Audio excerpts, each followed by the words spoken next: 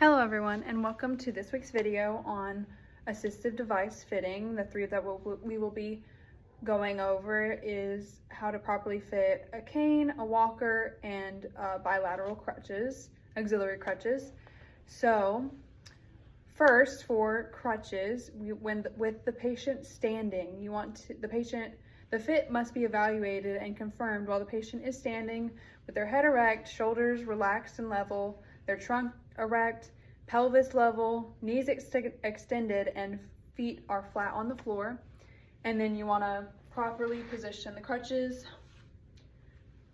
in position. So the length of the crutches is measured by positioning the auxiliary rest of the crutches in the patient's axilla with the tips of the crutches approximately 2 inches lateral, and then you want it 4 to 6 inches in front of them.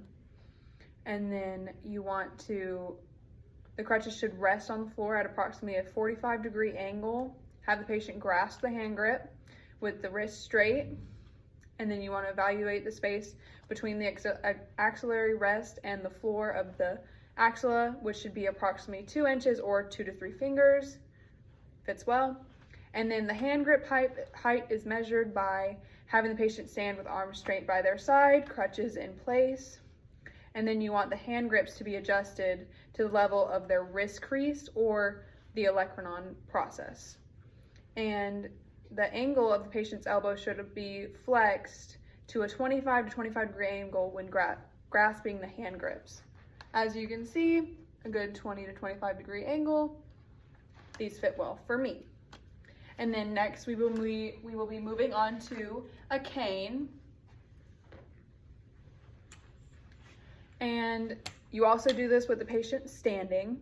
The length of the cane is measured by positioning the hand grip of the cane at the level of the patient's wrist crease also, or their ulnar styloid process or the greater trochanter with the arm straight along their side.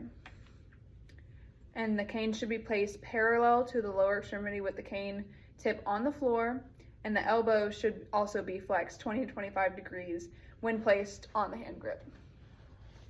Fits well for me.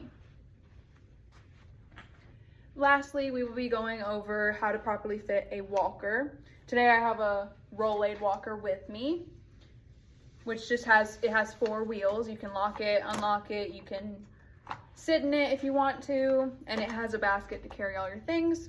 So first, for the hand grip of the walker, it should be placed level with the patient's wrist crease, ulnar styloid process, or the greater trochanter. So it's at my wrist crease.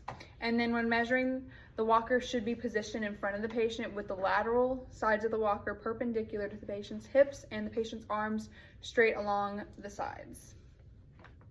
The feet of the walker should be resting on the floor or even with the mid portion of the patient's shoes, and the hips and knees should be extended. The patient's elbows should also be flexed to 20 to 25 degrees when grasping the hand grips. This walker fits well for me. And if in any of these instances, if you ever have to change the height, there's a little button here, and then there's holes that you put it in. So you push the button, and then you can either extend it or shorten it depending on that button, and then you just put it back in place and you'll hear it click, and you know that's secure. Or with canes, you can change how you hold them, whether it's right or left. And there's a spinny knob at the bottom, you turn it, you get it loose, and then you can turn the bottom whichever way you need it to change to.